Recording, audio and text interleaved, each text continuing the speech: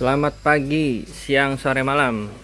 Hari ini kita akan coba update perawatan kolam ras beton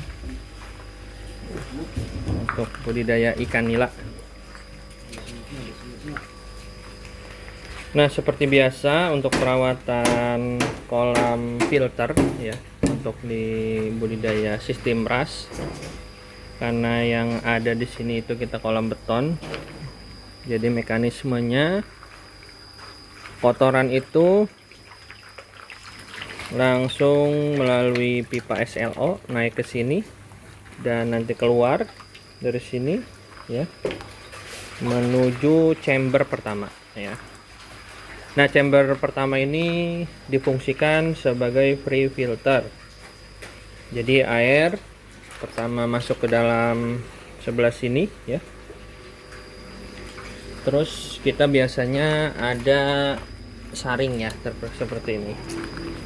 Nah, di sini jadi kotoran itu sebelum masuk ke chamber pertama ini tersumbat dulu di sini ya. Jadi sehari-hari setiap kadang 2 hari sekali kita cukup membersihkan dari pipa talang ini ya.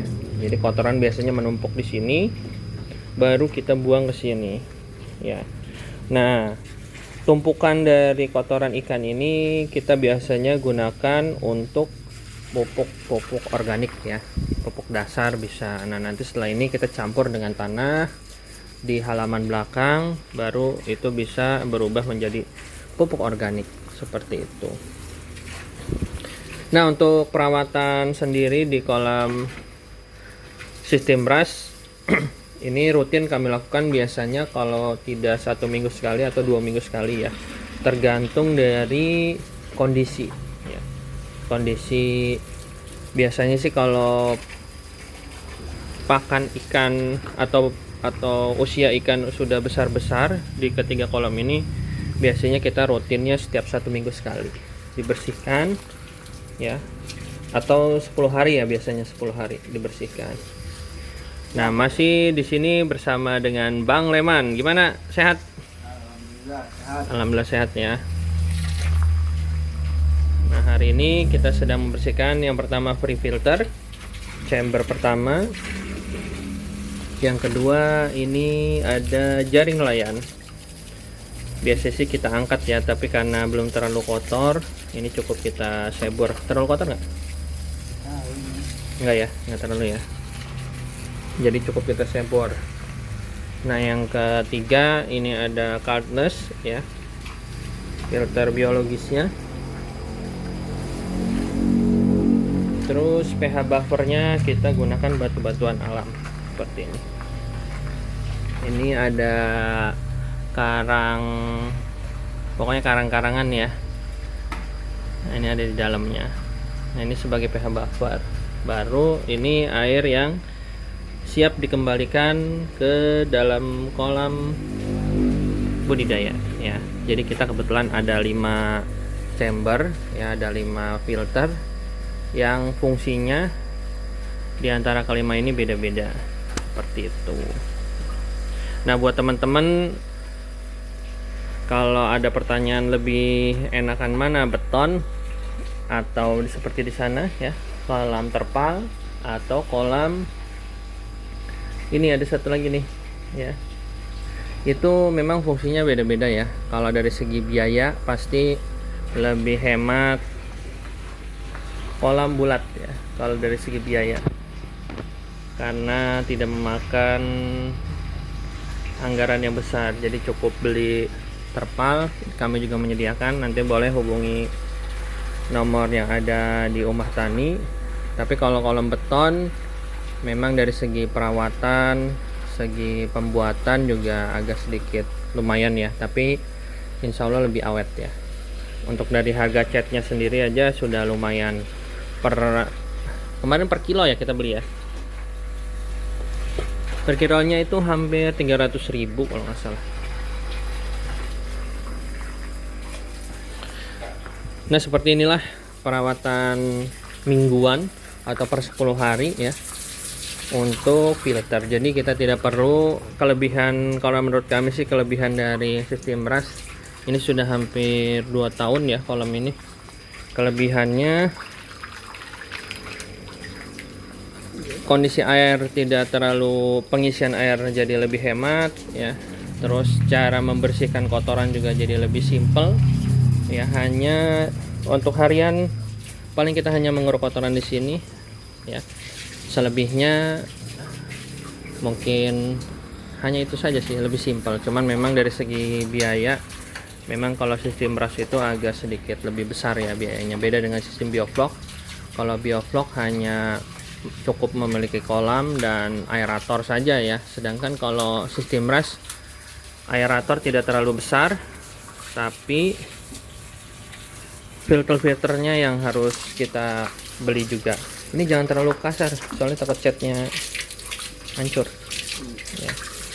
Nah seperti inilah biasanya kelemahan chamber beton itu, karena kita tidak memiliki penutup ya. Itu biasanya ada saja nyamuk yang ini ya, berkembang biak. Maka dari itu kadang biasanya kita tidak tutup ya, supaya nyamuknya tidak terlalu mager ya. Nyamuknya kadang mager nih Bang Leman. Nyamuknya dulu. Nyamuknya sangat banyak ya. Itu masuk ke dalam, itu telur.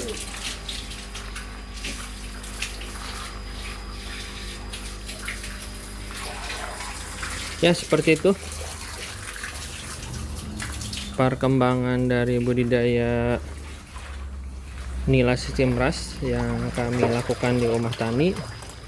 Nanti mungkin kita bisa sharing-sharing lagi terkait apa yang ada di Omah Tani.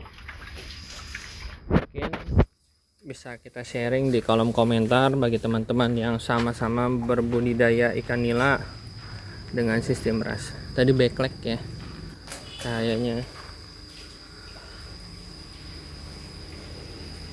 Kalau untuk panennya sendiri kita targetnya sih di 3,5 sampai 4 bulan ya. Biasanya itu sudah seukuran sekilo 5, kadang ada yang sekilo 4 atau sekilo 6. Jadi relatif ya, tergantung. Ya cukup simple, hanya bisa dilakukan untuk perawatan chamber ini kurang lebih sekitar 30 menitan ya. Nih Bang Leman, yang ini juga dibersihin nih. Nah ini kadang suka tumbuh ini ya, dikeruk aja, dikeruk. Tapi kalau chamber Caldness sendiri, ini faktor biologisnya kita dari awal sampai sekarang tidak pernah dikuras ya, dan sampai sekarang ini tidak berbau ya teman-teman.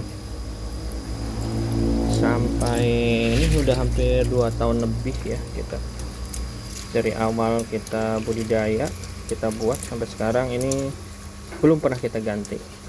Bahkan kalau kita lagi ada pembuatan kolam, biasanya Caldness yang lama kita bawa ya, supaya bakteri baiknya itu bisa menular ke Caldness yang baru. Itu biasanya kita oplos ya, karena ini sudah ekosistem dari mikrobanya sudah hidup ya di sini ya.